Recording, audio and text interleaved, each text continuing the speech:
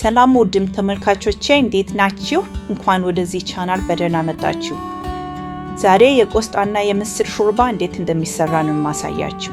ይህ የቆስጣና የምስር ሾርባ አሰራሩ በጣም ቀላል ይሁንና ምግብነቱን ጤናማ፣ ብዙ ፕሮቲን፣ አይረን እንዲሁም ቫይታሚን ያለው ሲሆን በተጨማሪ ጉልበት ሰጪ ምግብ ነው።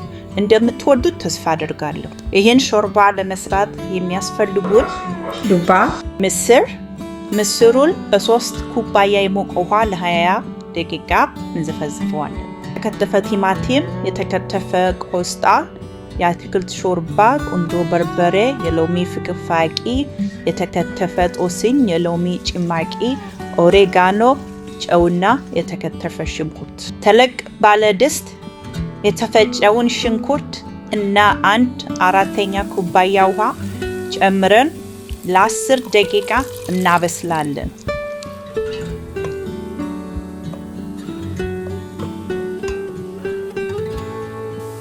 ሽንኩርቱን ካበሰልን በኋላ ምስር፣ የአትክልት ሾርባ፣ የተፈጨ ጦስኝ፣ ኦሬጋኖ ጨምረን እንዲንተከተክ እናደርግና እሳቱን ቀንሰን ከድነን ለ20 ደቂቃ እናበስለዋለን።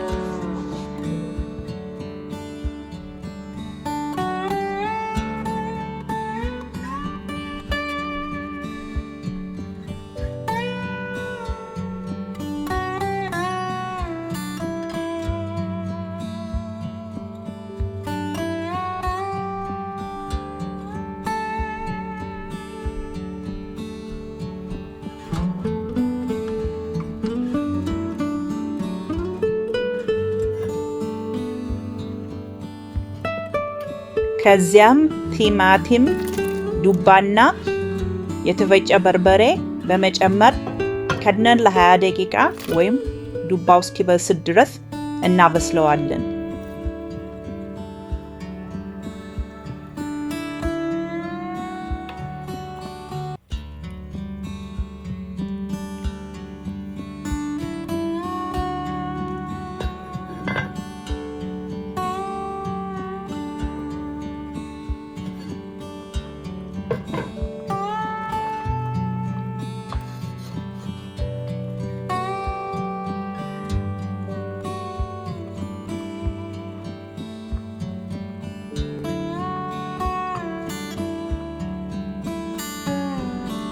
የሎሚ ጭማቂ፣ ጨው እና ቁንዶ በርበሬ ጨምረን እናማስለዋለን።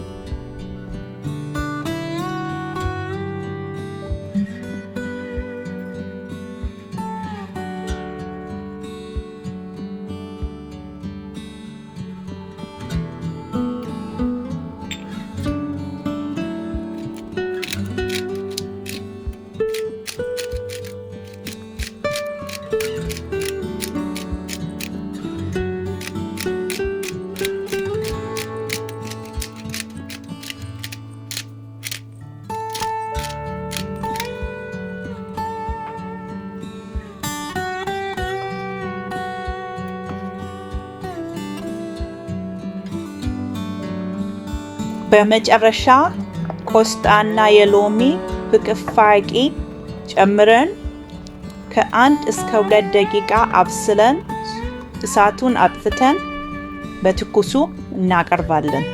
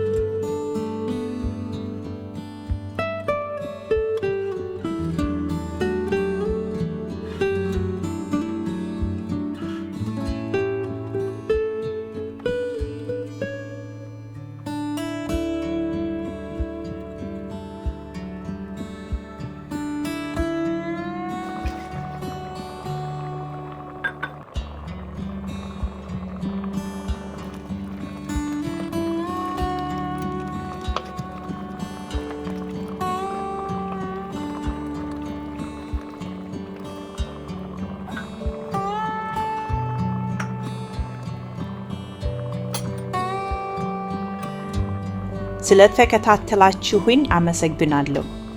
ይህንን የምግብ አሰራር ከወደዳችሁት ላይክ በማድረግ ሀሳባችሁን በኮሜንት በመግለጽ እና ሳብስክራይብ በማድረግ ለተጨማሪ የምግብ አሰራር ተከታተሉኝ።